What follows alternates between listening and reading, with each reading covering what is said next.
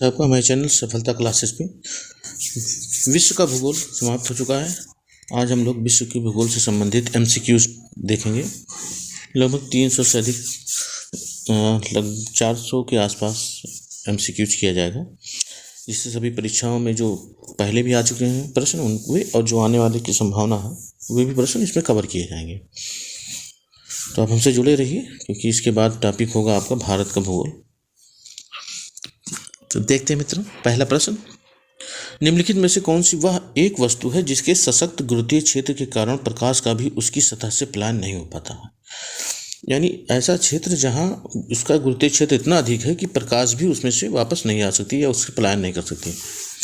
तो विकल्प है न्यूट्रॉन तारा, श्वेत वामन तारा, कृष्ण विवर यानी ब्लैक होल या सुपरनोवा तारा। तो इसमें आपका सी ऑप्शन कृष्ण विवर यानी ब्लैक होल वो गुरुत्वीय क्षेत्र है जहां से प्रकाश भी बाहर पलायन नहीं कर पाता है। दूसरा, निम्नलिखित में से चंद्रमा तथा सूर्य दोनों द्वारा पृथ्वी को एक ही दिशा में आकर्षित करने के परिणाम स्वरूप कौन सा एक ज्वार उत्पन्न होता है। ये जब हमने पढ़ाया था, तो जब दोनों का संयुक्त क्षेत्र ताकत लगती है तो उच्च ज्वार उत्पन्न होता है।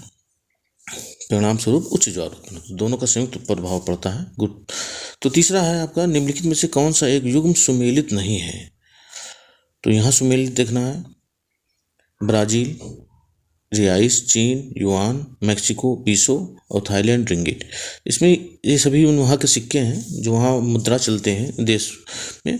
तो इसमें से कौन सी मुद्रा जो है मिलान नहीं कर रही है। तो चीन का युआन सभी जानते हैं, मेक्सिको का पीसो है।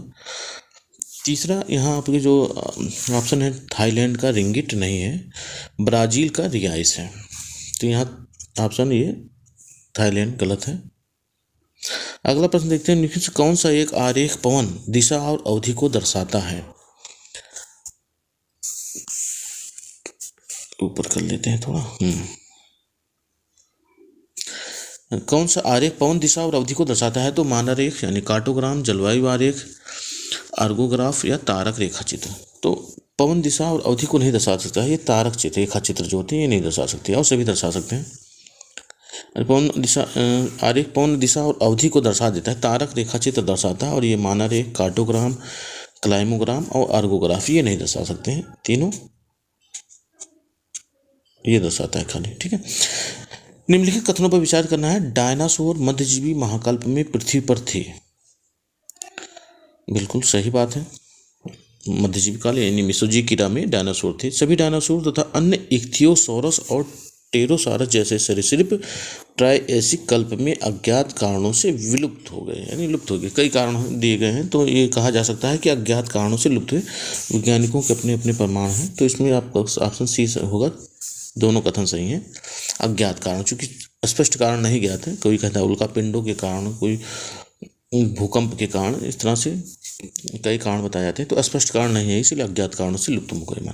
हाल ही में प्लूटो का बौना ग्रह के रूप में पदोन्नत कर दिया गया, क्योंकि यह ग्रह होने के निम्नलिखित मापदंडों में से एक या अधिक को पूरा नहीं करता है। कौन कौन से मानदंड नहीं पूरा करता, तो इसमें देखना है किसी ग्रह को सूर्य की परिक्रमा करनी होती है, ये सही बात है, सूर्य की परिक्रमा करनी होती है, ये स्पष्ट है। किसी ग्रह का पर्याप्त द्रव्यमान होना चाहिए ताकि उसका लगभग गोल आकार हो सके, ये भी सही है। किसी ग्रह को अपने परिक्रमा पथ से अन्य पिंडों को अनिवार्यतः हटाना होता है, किसी के चक्र में शामिल नहीं होना चाहिए। जैसे प्लूटो ग्रह को काट रहा था, दूसरे ग्रह के सर्किल को काट रहा था, इसलिए इसको हटा दिया गया। तो ये सभी सही है इसमें।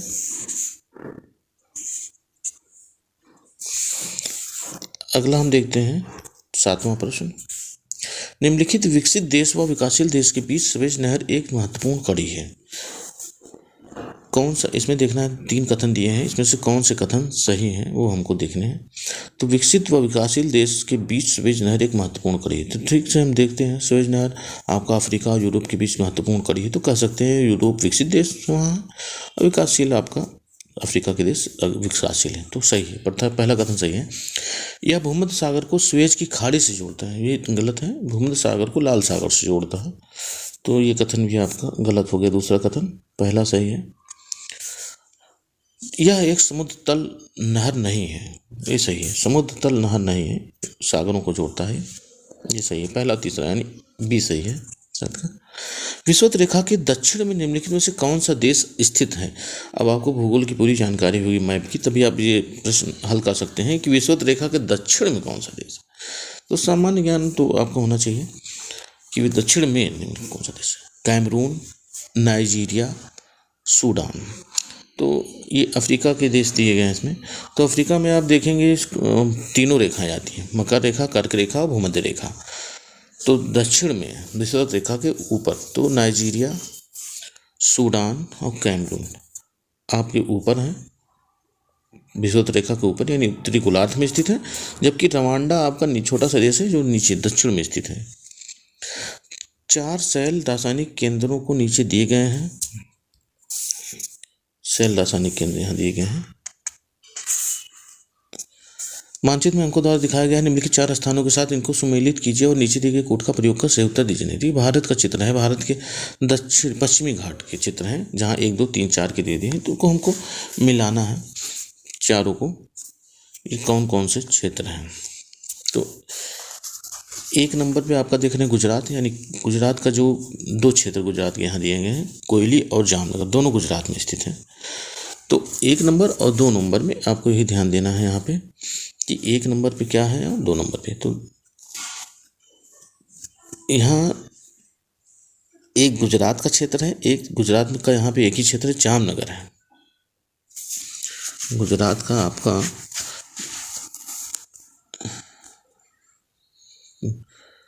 तो ये आपका जो 1 नंबर जो है आपका वो है कोयली। जामनगर का आपका ये 2 नंबर जो आपका गुजरात दिख रहा है 2 नंबर, ये जामनगर को हम 2 लिखते हैं।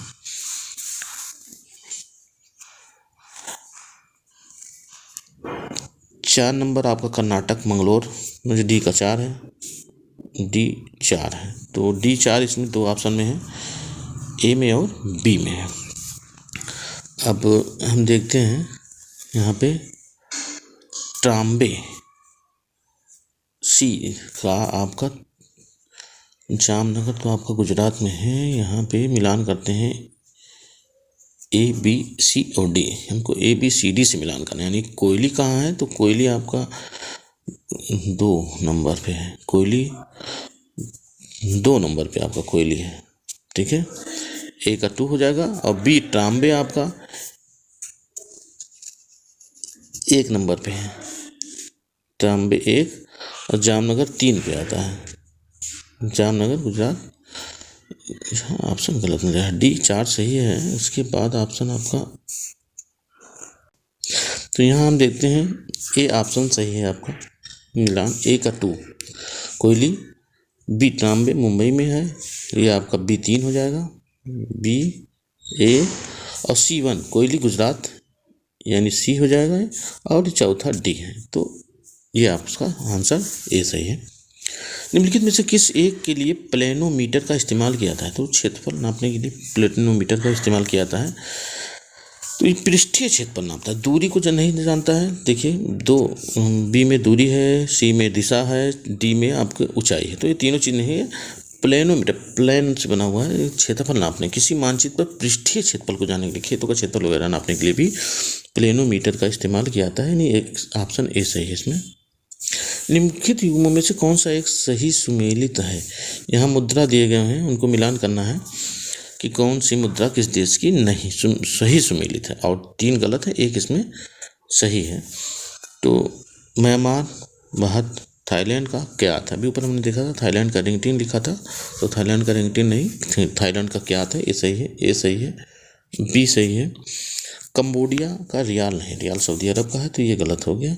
वियतनाम का रुपया है, ठीक है। कौन सा एक वायुमंडलीय जोन ओजोन गैस से समृद्ध है।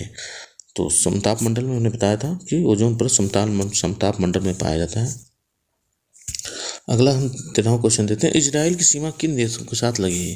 ये प्रश्न कई बार पूछा गया है, इजराइल की सीमा। तो इसमें लीबिया, सीरिया, जॉर्डन, मिस्र, लेबनान, जिसमें ये चारों हैं वो सही है। सीरिया, लेबनान, जॉर्डन और मिस्र। इसमें देखिए यमन तो बिल्कुल दूसरे में हम लेते हैं, यमन तो गलत हो गया, दूसरा गलत हो गया। लीबिया, लेबनान, सीरिया, जॉर्डन, मिस्र। डी में साइप्रस गलत हो गया। यहाँ देखें तो मिस्र, ए गलत हो गया, मिस्र नहीं है, इससे इजराइल की सीमा से लगा हुआ। तो लेबनान, सीरिया, टर्की और जॉर्डन, ये सी सही है ऑप्शन इसका। एडम्स ब्रिज कहाँ पर स्थित है? तो एडम्स ब्रिज काफ़ी प्रसिद्ध है, अपने भारत और श्रीलंका के बीच आदम ब्रिज जिसको कहते हैं, फेमस है। तो पाक जलडमरू मध्य में स्थित है। सूची 1 को 2 से मिलान करना है। यहाँ कुछ प्रकार की शैलें दी गई हैं, उनके उदाहरण लिखे हैं। तो कौन सा शैल किससे मिलान करेगा, ये हमको यहाँ पे मिलान करके देखना है। स्लेट देखिए, लिग्नाइट, बॉक्साइट और ग्रेनाइट। तो ग्रेनाइट सभी जानते हैं आग्नेय शैल है, ग्रेनाइट आग्नेय शैल है।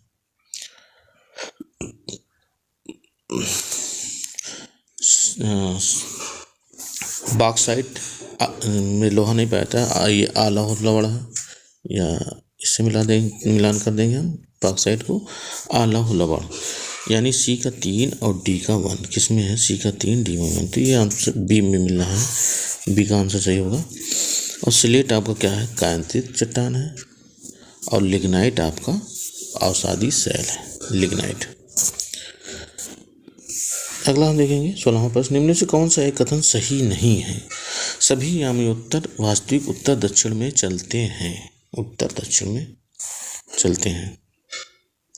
सही बात है। जो भूमध्य रेखा पर मिलान किया जाता है, उत्तरी ध्रुव दक्षिणी ध्रुव के बीच में स्थित होते हैं यामोत्तर, ये इस तरह, ये सभी यामोत्तर या देशांतर रेखाएं कहते हैं, उत्तर दक्षिण में स्थित है। तो उत्तर दक्षिण में चलते हैं, सही है। यामोत्तर भूमध्य रेखा पर सबसे अधिक दूर होते हैं और ध्रुवों पर सर्वनिष्ठ बिंदुओं पर,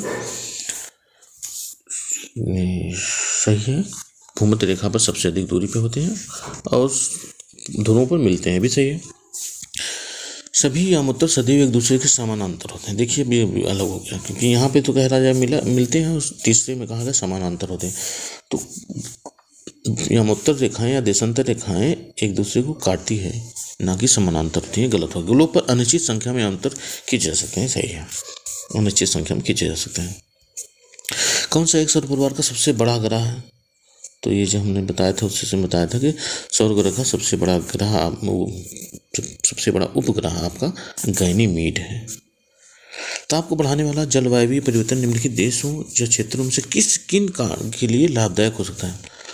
जो ताप को बढ़ाने वाला जलवायु परिवर्तन है, लाभदायक कौन से क्षेत्र यहाँ दिए गए हैं? 4 क्षेत्र दिए गए हैं, लाभदायक किसके लिए होगा? दक्षिण अफ्रीका। तो दक्षिण अफ्रीका में तो वैसे ही ठंड का मौसम होता है, मकर रेखा के दक्षिण में है। ईस्ट इंडीज द्वीप समूह, जिसमें जावा, सुमात्रा और बोर्नियो शामिल है, लाभदायक। दक्षिण अमेरिका के पश्चिमी तट, रूस और उत्तरी यूरोप। देखिए रूस और उत्तरी यूरोप का जो क्षेत्र है, ये सबसे ज़्यादा बर्फीले जगह हैं, इसलिए ताप बढ़ाने वाला जलवायु परिवर्तन इन क्षेत्रों के लिए ज़्यादा लाभदायक होगा, रूस और उत्तरी यूरोप के लिए। जब हम विश्व मानचित्र ग्लोब पर 15 अंश यामोत्तर को मानकर ग्रीनविच यामोत्तर से 0 से प्रारंभ कर पूरी दिशा में उनकी गिनती करें, तो हम पाते हैं कि इस यामोत्तर का समय, देखते हैं, ग्रीनविच के समान है। 1 घंटा तेज है, 1 घंटा धीमा है, या 12 घंटे तेज है। तो 15 मिनट, 1 मिनट में ये माना गया है 4 अंश होता है। तो 15 मिनट में 15 चौका 60, यानी 1 घंटा तेज होगा। ये इसका आंसर होगा, 1 घंटा तेज होगा। मिल्वाकी द्वीप, जावा ट्रेंच तथा चैलेंजर द्वीप के बीच क्या संबंध है? देखिए ये सभी प्रशांत महासागर में स्थित हैं। मिल्वाकी द्वीप, जावा ट्रेंच और चैलेंजर द्वीप, मेरियाना या चैलेंजर द्वीप के बीच समानता क्या है? ये सब प्रशांत महासागर में खाइयाँ, ट्रेंच है, तो सही, पहला ही सही कथन है। और देख लेते हैं, ये सब क्रमशः अटलांटिक, हिंदी, ये तो गलत हो गया। ये सब हिंद महासागर में खाई, ये भी गलत है। अटलांटिक महासागर, ये भी गलत है। तो चैलेंजर द्वीप, मेरियाना गर्त, जो कि सबसे गहरा गर्त है या खाई है प्रशांत महासागर में। 21वां देखते हैं, आज के अधिकांश संचार उपग्रह तुल्यकालिक कक्षा में रखे गए, सही है। तुल्यकालिक उपग्रह पृथ्वी के ठीक उसी बिंदु के ऊपर बना रहे, इसलिए उसे प्रतिष्ठा किसके ऊपर रहना चाहिए? तो देखिए उसी का छाया बना रहा है, इसलिए इसको कर्क रेखा नहीं, मकर रेखा भी नहीं, उत्तरी या दक्षिणी ध्रुव नहीं, इसको सीधे भूमध्य रेखा के बिंदु के ठीक ऊपर रहना चाहिए। अब हम यहाँ कुछ मिलान करेंगे। यहाँ सागर दिए गए और देश दिए गए, कौन सा सागर किस देश में स्थित है, मिलान करते हैं, देखते हैं। बड़ा सागर, सुलू सागर, तस्मान सागर, पीला सागर, ये कहाँ कहाँ स्थित है? तो पीला सागर चीन में स्थित है। आसानी से जो मिले पहले हम उसको मिला लेते हैं।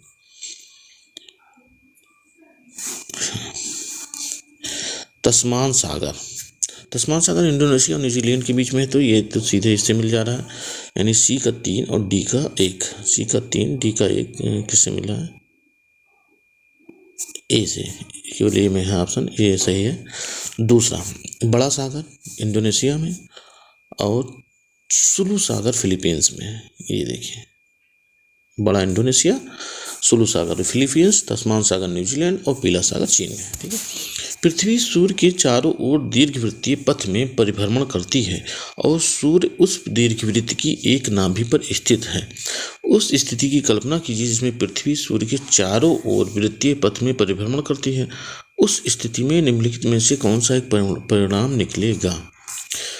तो कह रहा है दीर्घवृत्तीय पथ में परिभ्रमण करती पृथ्वी, ठीक है, और नाभि में स्थित है, पृथ्वी मान लो सेंटर में स्थित है। कहने का मतलब ये है कि ये सूर्य है और पृथ्वी उसके चारों ओर चक्कर लगा रही है। दीर्घवृत्तीय पथ है, ठीक है। जब पृथ्वी सूर्य के चारों वृत्तीय पथ में, पहला जो कह रहा है कि दीर्घवृत्तीय पथ में हो, इस तरह से है, और दूसरे में कह रहा है इस तरह पथ में होने की, तो कौन सा परिणाम निकलेगा? तो देखिए, जब एक समान दूरी पे रहेगा सूर्य, जब पहले में तो दूरियां बदलती रहती हैं, इसलिए पृथ्वी क्या है, ठंडा गर्म होता रहता है।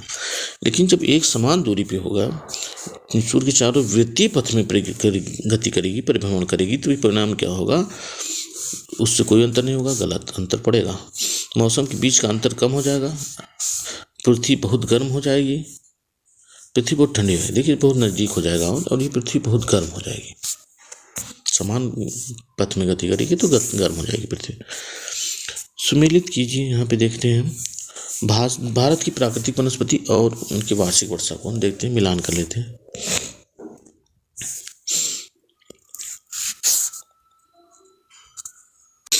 देखते हैं उष्णकटिबंधीय सदाबहार वन, उष्णकटिबंधीय पर्णपाती वन, उष्णकटिबंधीय शुष्क वन और निर्जल वन। तो सबसे पहले हम मिलान कर लेते हैं निर्जल वन का। जो 50 सेंटीमीटर से कम वर्षा वाले क्षेत्र होते हैं निर्जल वन या मरुस्थलीय वन कहते हैं, तो 3 हो जाएगा इसका मिलान। शुष्क वन उष्णकटिबंधीय सदाबहार वन, देखिए सदाबहार वहाँ होंगे जहाँ वर्षा अधिक होती है, यानी उष्णकटिबंधीय सदाबहार वन को 200 सेंटीमीटर से अधिक वर्षा वाले क्षेत्र से हम मिलान कर देंगे। और उष्णकटिबंधीय पर्णपाती वन जो 200 सेंटीमीटर से कम वर्षा होते हैं वो पर्णपाती वन होते हैं, 100 से 200 सेंटीमीटर। और 100 से नीचे जो होते हैं आपके यहाँ उष्णकटिबंधीय शुष्क वन, देखिए 2 चीज़ें हैं, सदाबहार वन 200 सेंटीमीटर से अधिक और पर्णपाती वन 200 सेंटीमीटर से कम और 100 सेंटीमीटर से अधिक, यानी 100 से 200 सेंटीमीटर।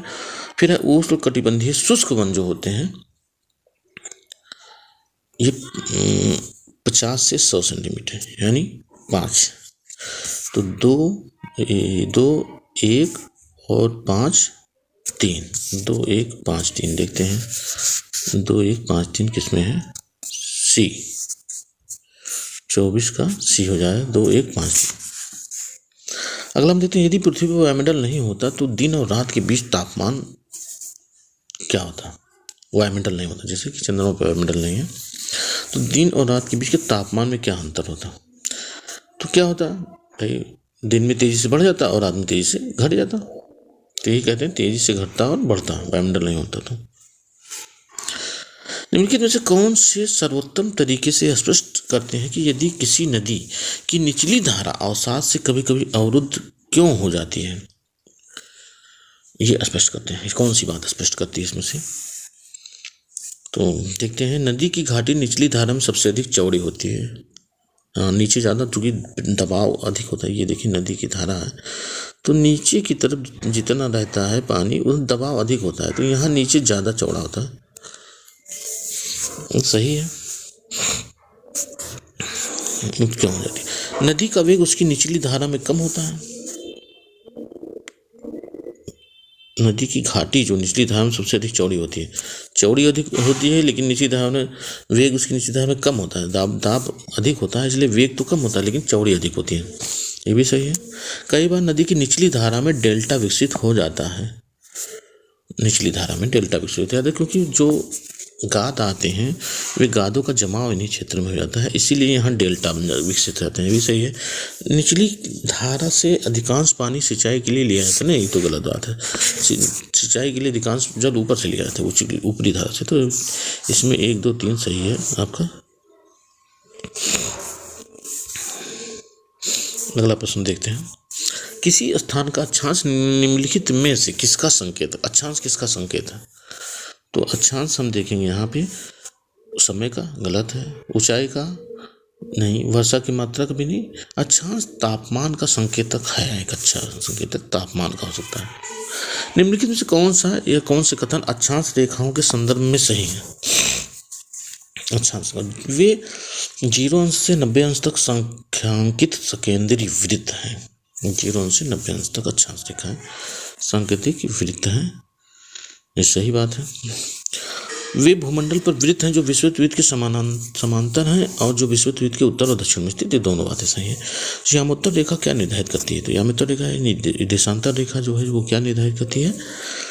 वर्षा, किसी देश की स्थिति, किसी देश का समय और किसी देश की ऊंचाई। तो किसी देश का समय, जैसे अपने भारत का 82.5 अंश यामोत्तर रेखा समय निर्धारित करती है, उसी तरह से कह सकते हैं कि यामोत्तर रेखा समय निर्धारित करती है। यामोत्तर रेखा में 1 डिग्री का अंतर होने से पूर्व में 4 मिनट समय घट जाता है, पश्चिम में 4 मिनट घट जाता है, पूर्व और पश्चिम दोनों में 4 मिनट का अंतर आ जाता है। उपरोक्त सभी, तो दोनों चीज़ें सही हैं। पूर्व में हम जाएंगे तो 4 मिनट बढ़ जाता है, पश्चिम में जाएंगे 4 मिनट घट जाता है, यानी दोनों में 4 मिनट का अंतर होता है। पूर्व में बढ़ता है, पश्चिम में घटता है। सारी बातें सही हैं। 31% देखते हैं मित्रों। भूमध्य रेखा, वीडियो बड़ा हो जाएगा मित्रों, चूँकि वैकल्पिक प्रश्न है। 31वां देखते हैं। भूमध्य रेखा एक काल्पनिक रेखा है जो 23.5 अंश उत्तरी अक्षांश पर है। तो देखिए, उत्तरी अक्षांश को इसको कर्क रेखा कहते हैं, ठीक है। जो 23.5 अंश दक्षिणी अक्षांश पर, तो इसको मकर कहते हैं। ये सब हमने पढ़ाया है। एक काल्पनिक रेखा है जो दोनों ध्रुवों के बीच पृथ्वी की सतह से के ऊपर वृत्ताकार रूप में होती है। ये सही है, बीच में होती है, दोनों ध्रुवों के बीच में होती है। एक काल्पनिक रेखा जो उत्तरी और दक्षिणी ध्रुवों को मिलाती है, ये तो देशांतर रेखा हो गई, देशांतर, इसलिए सही सी। प्रधान मध्याह्न रेखा यानी प्राइम मेरिडियन कहाँ से गुजरती है? तो सभी को पता है कि ग्रीनविच से गुजरती है, इसको सोचना ही नहीं है ज़्यादा। विषु का अर्थ क्या है? विषु हमने पढ़ाया था, विषु बसंत विषु, ग्रीष्म विषु। पृथ्वी की वह स्थिति जब पृथ्वी के सब भागों में दिन और रात बराबर होते हैं, इसी को विषु कहते हैं। एकदम सही है, विषु। पृथ्वी की वह स्थिति जब पृथ्वी के सब भागों में दिन और रात बराबर होते हैं, ठीक है, इसी को कहते हैं पृथ्वी से। ग्लोब पर 2 स्थानों के बीच न्यूनतम दूरी होती है। अब यहाँ हम देखेंगे न्यूनतम दूरी कहाँ होती है। 45 अंश उत्तरी दशांश पर, 45 अंश दक्षिणी अक्षांश पर, प्रधान देशांतर पर, अंतर्राष्ट्रीय तिथि रेखा पर। तो न्यूनतम दूरी जो होती है वो प्रधान देशांतर रेखा पे होती है। मकर संक्रांति को सूर्य की किरणें लंबवत कहाँ पड़ती हैं? इसके नाम से ही स्पष्ट मकर रेखा पर पड़ती हैं। निम्नलिखित में से कौन सा एक ग्लोब पर वृहत वृत्त नहीं है? तो विषुवत रेखा वृहत वृत्त है। मुख्य देशांतर रेखा, ये भी एक वृहत वृत्त का निर्माण करता है। 60 अंश पूर्वी देशांतर, जो भी देशांतर है सब वृहत वृत्त का निर्माण करते हैं। विषुवत वृत्त ये भी सब देशांतर है, सब वृहत वृत्त बनाते हैं, लेकिन 60 अंश उत्तरी अक्षांश वृहत वृत्त नहीं बनाएगा। उत्तरी अक्षांश 60 अंश यहाँ होगा लगभग, तो ये नहीं बनाएगा। कर्क संक्रांति के दिन निम्नलिखित में से किस अक्षांश पर सबसे लंबी रात होगी? तो कर्क अक्षांश से स्पष्ट हो रहा है कि जब सूर्य उत्तरायण में होगा, कर्क रेखा पर होगा, तो दक्षिण में जो स्थिति होगी सबसे ज़्यादा दक्षिण में, वहाँ लंबी रात होगी। तो इसमें से सबसे दक्षिण में 66 अंश दक्षिण है, ये सबसे लंबी रात होगी यहाँ पे। पृथ्वी के परिक्रमण का सबसे महत्वपूर्ण परिणाम क्या है? परिक्रमण यानी पृथ्वी परिक्रमा करती है सूर्य का, तो उसका सबसे महत्वपूर्ण बात क्या है? इससे जो है हमारा पता चलता है सूर्य का चक्कर लगाने में पृथ्वी को 1 साल लगते हैं, यानी इससे वर्ष का निर्धारण होता है। अगला देखते हैं मित्रों। 50 प्रश्न आज लेंगे हम लोग। एक भू अस्थायी उपग्रह पृथ्वी के परितः किस प्रकार परिभ्रमण करती है? तो हमें पता है कि पृथ्वी के परितः यानी जिस तरह से पृथ्वी हमारा पश्चिम से पूर्व की ओर परिभ्रमण करती है, इसी तरह से जियो स्टेशनरी सैटेलाइट जो होती है वो भी पश्चिम से पूर्व की ओर परिभ्रमण करते हैं। डी, रात और दिन होने की प्रक्रिया में कौन सा तथ्य सही है? तो रात और दिन क्यों होते हैं? पृथ्वी के अक्ष का 66.5 अंश झुकाव, ये तो गलत है। 23.5 अंश झुकाव है पृथ्वी का झुकाव। पृथ्वी का सूर्य के चारों ओर परिक्रमण, सूर्य के चारों ओर परिक्रमण करने से दिन और रात ऋतु में परिवर्तित होती है। पृथ्वी का अपनी धुरी पर घूमने के कारण रात और दिन होता है, बिल्कुल सही, ये सही है। अपनी धुरी पर घूमने के कारण ही रात और दिन होता है। जो सूर्य की तरफ होता है वहाँ दिन होता है, जहाँ सूर्य के विपरीत होता है वो रात होता है वहाँ पे। इसी देखिए आरेख का अध्ययन करके सत्य कथन को बताएं। हम यहाँ सत्य कथन को हमको बताना है।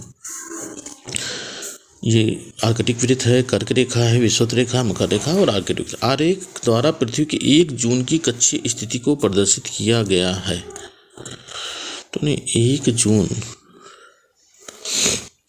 और देखते हैं उत्तरी गोलार्ध के सभी अक्षांशों पर दिन और रात की एक समान अवधि। इस चित्र में बहुत स्पष्ट तो है नहीं, सुनते हैं।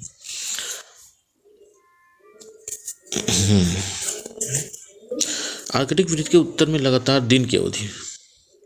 विषुवत रेखा के दक्षिण में दिन की लंबाई अंशांश के बढ़ने के साथ घटती जाती है। तो इसमें से हमें सत्य कथन एक ही हमारा स्पष्ट होता है इसमें से कि उत्तरी गोलार्ध के सभी अक्षांशों पर दिन और रात की एक समान अवधि होगी, क्योंकि वो सूर्य उत्तरायण में होगा, यहाँ होगा आपका कर्क के पास। 22 दिसंबर के दिन दोपहर 12 बजे यदि सूर्य प्रकाश में तो इसके हो गया ये 22 दिसंबर के दिन दोपहर 12 बजे यदि सूर्य प्रकाश में खड़े होने के बावजूद किसी छाया का निर्माण न होने की स्थिति में आप किसके निकट हैं? 22 दिसंबर हो, 12 बजे हो दिन का, लेकिन फिर भी आपकी छाया नहीं बन रही है, तो इसका मतलब आप कहाँ हैं? दिसंबर की बात हो रही है। तो दिसंबर में दक्षिणायन में रहता है सूर्य और ये मकर वृत्त की स्थिति होती है। दक्षिण ध्रुव तो जाता ही नहीं, आर्कटिक वृत्त जाता ही नहीं सूर्य। दिन और रात की अवधि में अंतर बढ़ता जाता है जब कोई यात्रा करता है। अंतर कब बढ़ता जाएगा? जब कोई व्यक्ति ध्रुवों से अगर विषुवत रेखा की ओर जाएगा तब उसके दिन और रात की स्थिति बदलती जाएगी। ध्रुवों से विषुवत रेखा की ओर अंतर बढ़ता जाएगा। निम्नलिखित आरेख का अध्ययन कीजिए। आरेख द्वारा प्रदर्शित है, क्या प्रदर्शित किया गया है? यानी पृथ्वी के एक तरफ चंद्रमा और सूर्य है, तो सूर्य के कुछ भाग यहाँ दिख रहा है कि नहीं दिखाई पड़ेगा। यानी दूसरी चीज़ हम देख सकते हैं, अभी हमने ऊपर प्रश्न में देखा कि दोनों जब एक तरफ होंगी तो उच्च ज्वार पहली चीज़ आ रही है। दूसरी चीज़ क्या आ रही है? अमावस्या की स्थिति में विरहित दीर्घ ज्वार। हाँ, ये दोनों चीज़ें स्पष्ट कर रहा है। दीर्घ ज्वार तो होगा ही और अमावस्या की स्थिति होगी, ये सही है। 45वां देखते हैं। लघु ज्वार की स्थिति में क्या होता है? तो लघु ज्वार मैंने पढ़ाया था कि जब 90 अंश की स्थिति होंगे, यानी सूर्य और चंद्रमा एक सीधी रेखा में पृथ्वी पर लगाते हैं, लघु ज्वार की स्थिति। ज्वार का विस्तार अत्यधिक ऊंचा होता है, लघु ज्वार ये गलत है। दूसरा, निम्न ज्वार अत्यधिक नीचा होता है। तो इसमें से सूर्य और चंद्रमा एक सीधी रेखा में पृथ्वी पर बल लगाते हैं, ये गलत है। निम्न ज्वार अत्यधिक नीचा होता है, खाली ये 3 सही है, क्योंकि जो ज्वार की स्थिति होती है यहाँ पृथ्वी, सूर्य और चंद्रमा, मून ये अर्थ है आपका और ये सन है। तो इस तरह से हम देखें तो लघु ज्वार की स्थिति में ये स्थिति होती है। सूर्य चंद्रमा एक खड़ी रेखा में पृथ्वी पर बल लगाते हैं, एक सीधी रेखा में। सूर्य चंद्रमा नहीं, केवल 3 सही है इसमें बस। निचले आरेख के आधार पर लघु या निम्न ज्वार आरेख की पहचान करना है। यहाँ पे हम देखें, इस चित्र में हम देखते हैं स्पष्ट होता है क्या। तो लघु या निम्न ज्वार आरेख की पहचान, इसमें से कोई ऐसा नहीं दिख रहा है जो निम्न ज्वार हो। देखिए चंद्रमा अलग होगा, सूर्य अलग होगा, ये दीर्घ ज्वार की स्थिति है। और इसमें भी इनमें से कोई नहीं है स्पष्ट। यदि पृथ्वी अपने अक्ष पर नहीं झुकी होती तो क्या होता? अक्ष पर यानी जो 23.5 अंश अपने अक्ष पे झुकी हुई है पृथ्वी, अगर ना झुकी होती तो क्या होता? तो हम देखते हैं पृथ्वी पर तापमान वितरण एक समान होता। हाँ बिल्कुल सही है। नहीं झुकी होती तो क्या होता, ये देखते हैं पहले चारों चीज़ें पढ़ते हैं हम लोग, फिर स्पष्ट करते हैं। पृथ्वी पर तापमान वितरण एक समान होता, दिन और रात नहीं होती, ऋतुएं नहीं होती, ध्रुवों पर लगातार दिन की अवधि होती। देखिए तापमान वितरण तब भी असमान होता क्योंकि सूर्य के एक ही तरफ पृथ्वी के एक ही तरफ सूर्य का प्रकाश पड़ता, तो पहला गलत हो गया। दिन और रात नहीं होती, दिन और रात तो होता ही होता। ऋतुएं नहीं होती, ये चीज़ हो सकती कि ऋतुएं उस समय नहीं होती। दोनों पर लगातार दिन की अवधि होती है। हाँ दिन पे दिन ही दिन होता, लगातार दिन की अवधि होती है, ये सही है। 48, 49, 50 हम देखते हैं। सूर्य किसी भी समय इनमें लंबवत स्थिति में नहीं होता। कब नहीं होता भी देखते हैं। उत्तरी शीतोष्ण कटिबंध में लंबवत स्थिति में नहीं होता है, कम लंबवत, ठीक है। शीतोष्ण स्थिति में तो होता ही नहीं, चाहे उत्तरी शीतोष्ण हो चाहे दक्षिणी शीतोष्ण हो। उत्तरी शीत कटिबंध, हाँ ठीक है, उष्ण कटिबंध में खाली होता है और इसमें नहीं होता है। तो 1 सही है, 2 सही, 3 सही, उष्ण कटिबंध में नहीं होता, 4 नहीं सही है, 1 भी सही है। जब चंद्रमा की स्थिति पृथ्वी से अपेक्षाकृत दूर हो, यानी चंद्रमा ज़्यादा दूर है पृथ्वी से, तब यदि सूर्य ग्रहण हो तो उसका स्वरूप कैसा होगा। तो सूर्य कैसा होगा भाई, सूर्य की स्थिति वलयाकार होगी, पूर्ण तो होगा नहीं, आंशिक भी नहीं होगा, वलयाकार, चारों तरफ थोड़ा थोड़ा दिखेगा, वलयाकार होगा। सूर्य काफ़ी बड़ा है भाई, ऐसा तो है नहीं कि पूरा नहीं दिखेगा, तो वलयाकार होगी। पृथ्वी की परिक्रमा करने वाले उपग्रह पर निम्नलिखित में कौन सा बल कार्य करता है। चंद्रमा के द्वारा उपग्रह पर गुरुत्वाकर्षण बल, ठीक है, ये सही है। उपग्रह को रॉकेट से धक्का लगता है, ये नहीं। पृथ्वी और उपग्रह के बीच गुरुत्वाकर्षण बल कार्य करता है, नहीं, गुरुत्वाकर्षण बल के क्षेत्र से बाहर हो जाता है, तो केवल 1 सही है, चंद्रमा के द्वारा उपग्रह पर गुरुत्वाकर्षण बल लगता है। आज इतना मित्रों, फिर मिलेंगे अगले वीडियो में।